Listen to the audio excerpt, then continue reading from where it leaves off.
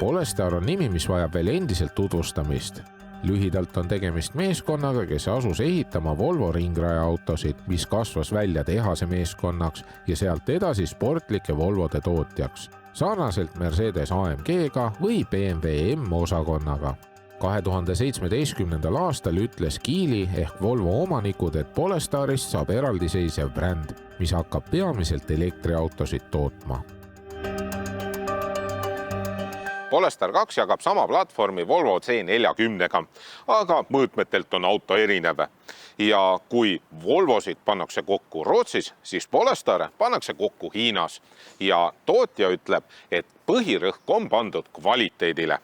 Siin on meil Polestar 2 long range, dual motor ja performance paketiga, ehk siis võimsaim nelikveoline, millele on pandud performance pakett juurde ja see performance pakett lisab sellele autole sellised võimsamad pidurid, mis on Brembolt ja uhkete kuldsete pidurisadulatega, siis suuremad rattad ehk siis väljed ja rehvid. Ja need rehvid ei ole mitte tavalised madala veeretakistusega rehvid, vaid korralikud sportrehvid. Lisaks on sellel autol ka öölinsi käsitsi reguleeritavad amortisaatorid. Nendel on 22 erinevat seadistust, aga et neid seadistada, siis sa peaksid minema kas siis esitelje puhul auto alla või tagatelje puhul siia logari alla oma käe pistma.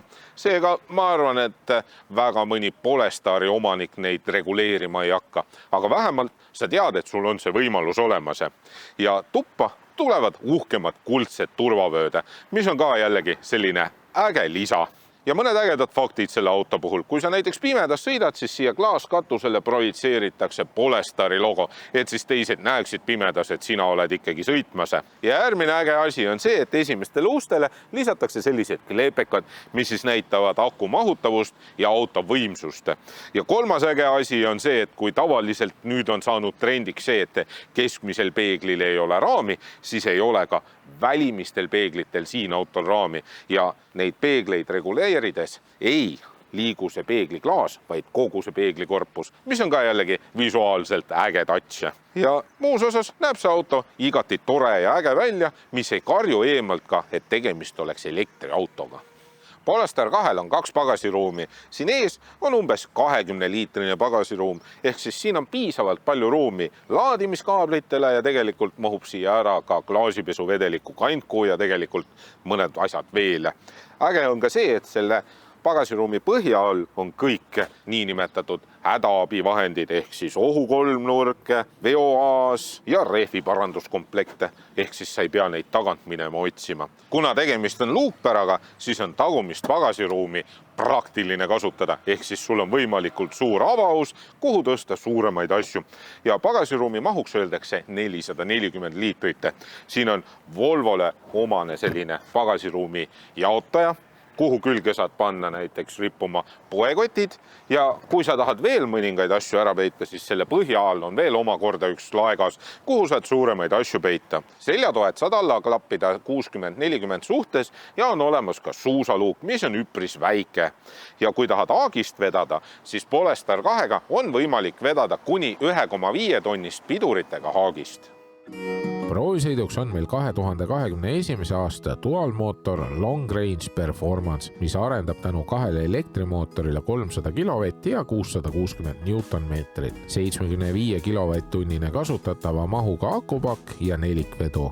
Kiirlaadimise võimekus on kuni 150 kilovatti.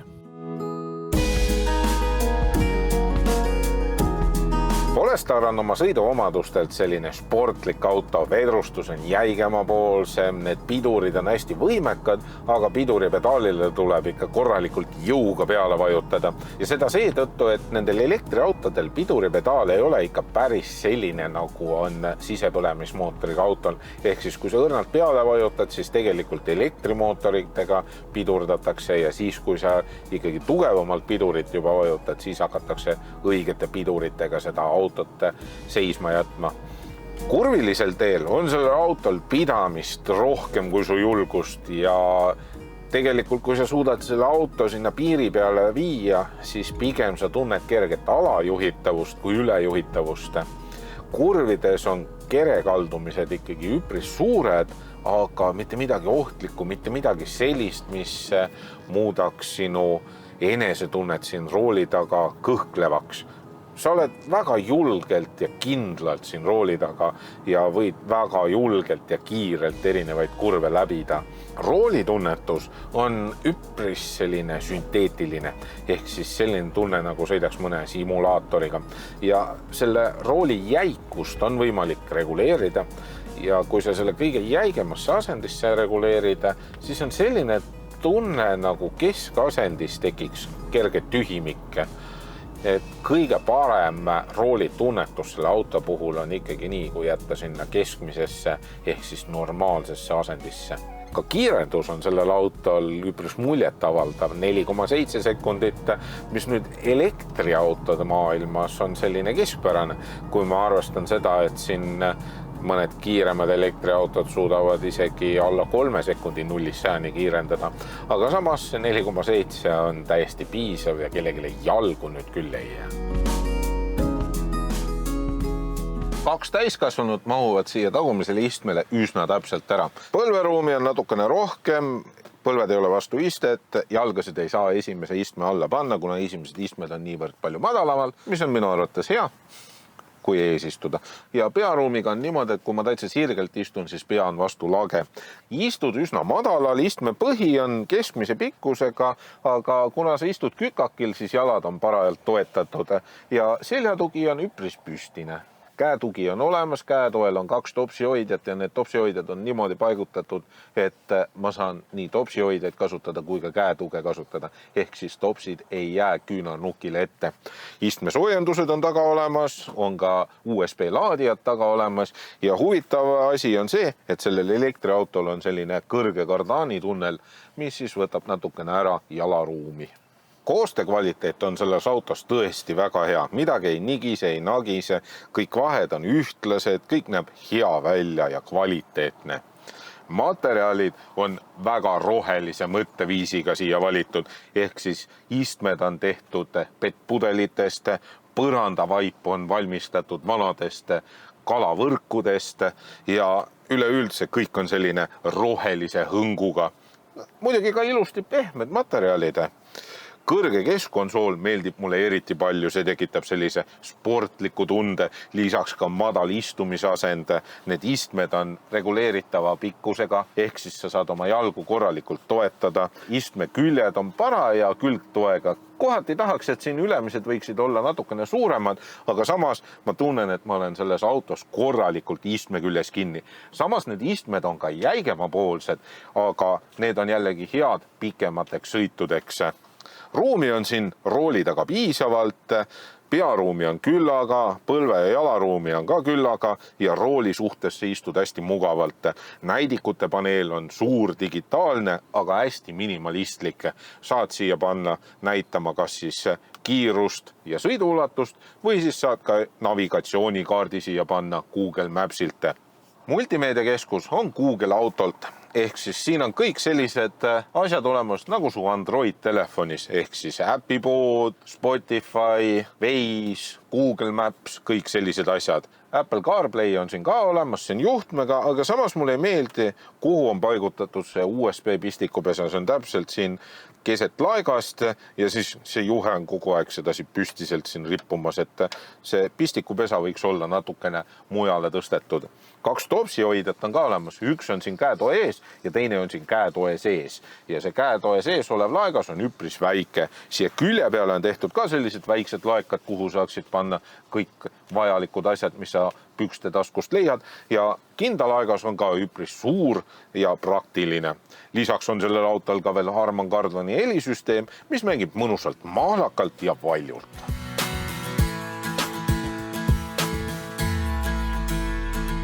Rahulikult on selle autoga tegelikult väga mugav sõita, kui tee ei ole väga treppis. Aga see on ka jällegi selline asi, millega inimesed kas siis harjuvad ära või mitte ja kui sa oled ikkagi selline inimene, kes on eelnevalt sõitnud näiteks mõne kuumpäraga, siis selle auto roolis on sul tõesti väga hea olla. sellepärast sa tunned ennast kindlalt. Erinevad sõidu- ja ohutusabilised, mis pärinevad Volvolt, töötavad suurepäraselt. Lihtsalt vajuta nuppu ja auto teeb sinu eest kõik muu iseenesest ära. Võid ka iseenesest sõita siin joonte vahel ja tegelikult sõidab väga hästi. Ka korralikult LED-tuled näitavad öösel pimedas teed väga hästi ja kogu see tee on erksalt ja kaugele ilusti valgustatud. Valgusvihk on ka muidugi päris lai. Ka väljavaade sellest autost on hea. Küll jah, tõesti need suured peeglid võivad teinekord pimenurkasid tekitada, aga siis peab ennast natukene tooli peal liigutama. Ka tagant aknast väljavaade on vägagi hea ja et seda väljavaadet paremaks muuta, on Polestari puhul siis tagumisele klaasile ülemisele servale selline jõnks juurde tehtud, et siis nähtavust paremaks muuta. Karedamal teekattel on rehvimüra muidugi kuulda, aga seda seetõttu, et siin on suured rehvid ja need on ikkagi sportrehvid, mitte madala veeretakistusega ökorehvid. Ka keskmine energiakulu ei ole just kõige väiksem. Mina sain oma tavapärasel ringil 25 kilovatt-tundi 100 kilomeetri kohta, mis teeb arvutuslikult 300 kilomeetrit akutäiega, kuigi auto näitab umbes 400 kilomeetrit akutäiega. Ja kui sulle selline auto meeldib, siis elektriauto poest saad sa selle auto osta 53 000 euro eest.